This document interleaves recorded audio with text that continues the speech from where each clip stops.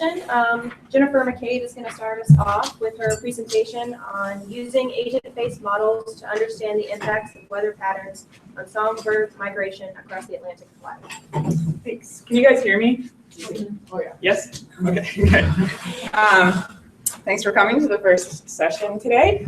I'm going to talk about a small portion of this larger project that B. Bush, speaking after me, and I are collaborating on to, again, study the impacts of weather patterns on songbird migration in the Gulf of Maine using these agent-based models. But a brief introduction to migration and migration routes. This is a picture that depicts many different migration routes of different species over the country.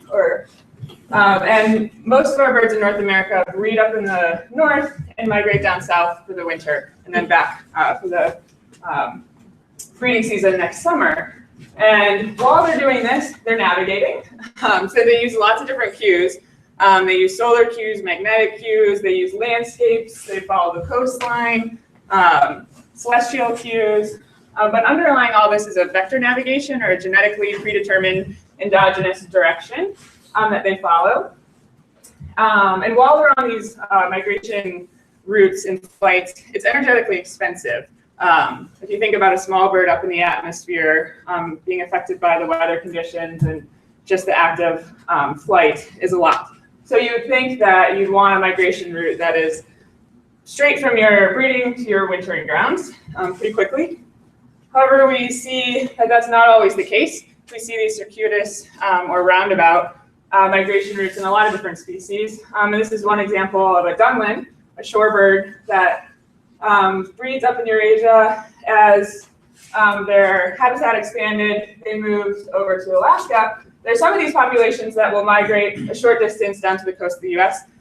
There's still some populations that go back to their ancestral wintering grounds.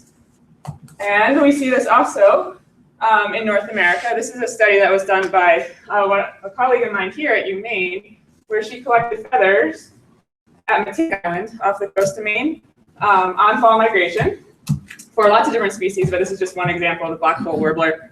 And these are stable isotope signatures, so she's trying to figure out the origin of where the birds traveling through Maine are coming from. And just the numbers don't really matter, but the darker colors mean that a higher proportion of the birds are coming from this area.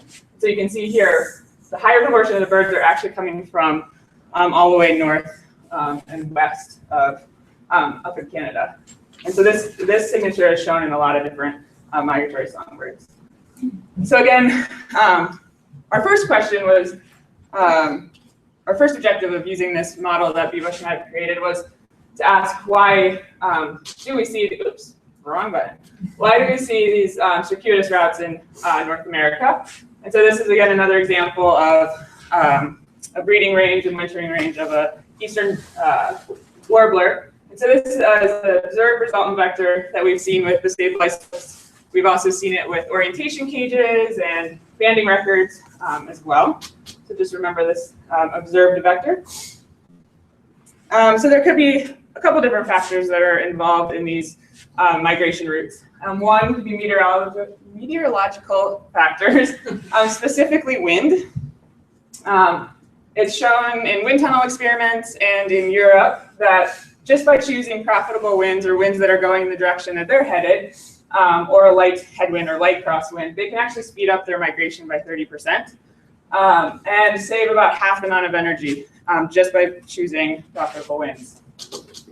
So our first hypothesis was maybe it's just meteorological factors. So maybe they're just going up into the atmosphere and riding those westerly winds across and somehow down the coast. And so we'd see that it's just wind, then we get this observed vector. Or perhaps with the endogenous direction, maybe just south. Maybe all birds are just born with a southern direction, and it's the wind, again, that's pushing them across the westerly wind across Canada before they head down the coast. And second, it could be a glacial legacy. Similar to what we've seen with the dunlin, as the glaciers retreated, the boreal forest expanded, as did their breeding ranges of many of our birds. So perhaps they're following their their ancestral route back to their ancestral wintering grounds. And so the hypothesis for this is we have glacial legacy, so more of a complex ancestral vector, and of course they're in the atmosphere, so we're still considering wind. That gives us this observed resultant vector. And to do this, Bush and I have tirelessly worked on this agent-based model, and he's going to talk more about the computational side of this model. But quickly, agent-based modeling, we have a discrete agent, in our case a bird, that we put in a continuous fluid in the atmosphere. And these agents can actually sense the environment and make decisions on the environment based off different rules that we've given them. And most of our birds, songbirds in North America, are nocturnal migrants, so they're only flying at night. So we have them set to leave at sunset and fly for 6 hours after. So our study extent is here in this block. We have a lot of different data layers. I'm going to touch on a couple of them. We can talk about them after, but there's been a lot that has gone into this model. So first, for our second hypothesis is the preferred direction, just a southern vector. So anywhere in the extent, they fly south. Or the third, we have a glacial ancestral vector. So anywhere in this area or this area, they're going to fly in those directions. We have weather variables that have gone into this. Again, there's more than this, but we're just going to talk about these today. And they're from the climate forecast system reanalysis. Wind speed and wind direction, 850 millibars, which is about 1,500 meters above sea level, and that's about the median range that birds can migrate at. And precipitation. And so some rules. I'm just going to talk about two of the most important rules that we have set up in the model right now. And the first, and this is what the agents are deciding whether they're going to fly. And this is done every time step. So every time they're in the air for those 6 hours, they're asking if the wind is profitable. And this is the calculation, but don't really worry about this. It's essentially saying that what is the distance a bird is floated in the wind in the direction that it wants to go over a set amount of time. So in the literature, we found different cutoffs for wind profit, and we're using those. And if the wind profit is above that, the bird flies. If it's below that, it means the winds are not profitable and it won't fly. And precipitation, birds don't like to be that wet, so they're not going to fly in large storms. But of course, we do know that they get stuck in these kind of storms, as you've seen with hurricanes and things. But for the most part, they're not going to fly. So I'm going to show some preliminary results. We've got the model running, so we have some output to show you. We haven't run any sensitivity analysis, or we haven't built in the random stochasticity and things like that yet. But we're really proud that we actually have some cool stuff to show you. So they're all going to look like this with our study extent. And this was run, again, at 850 millibars over September in 2011. And so for our first hypothesis, is it just wind? So these are two birds starting in the same location that are just floating in the wind. And again, each one of these dots is a time step, so an hour. And it doesn't show you, but they're not flying at night.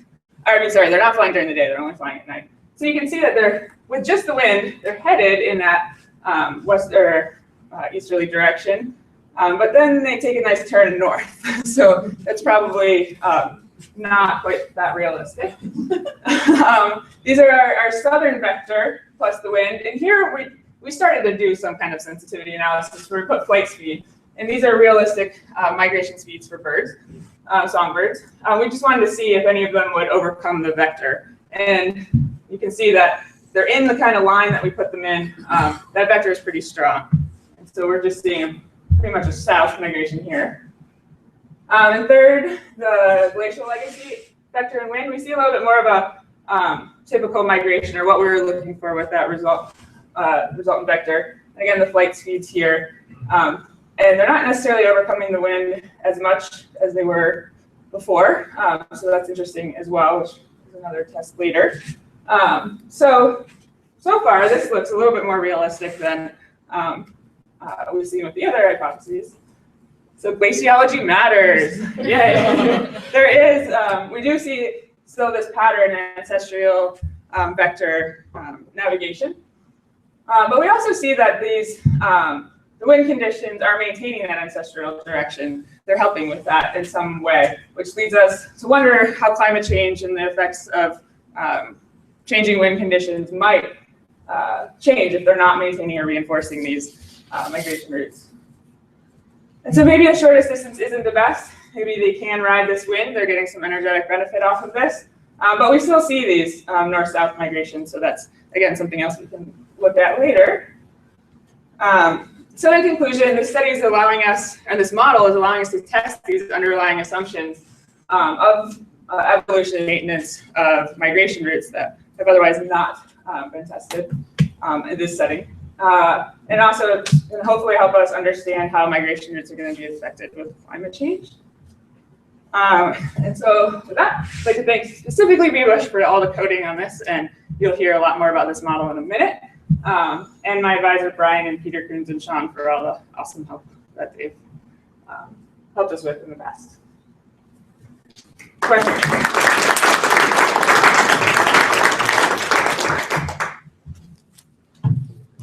Any questions this early in the Yep. Yeah. Yeah, great stuff. It's Thanks. really neat to study. But if you're on a large ice sheet, thinking about the glacial legacy, hopefully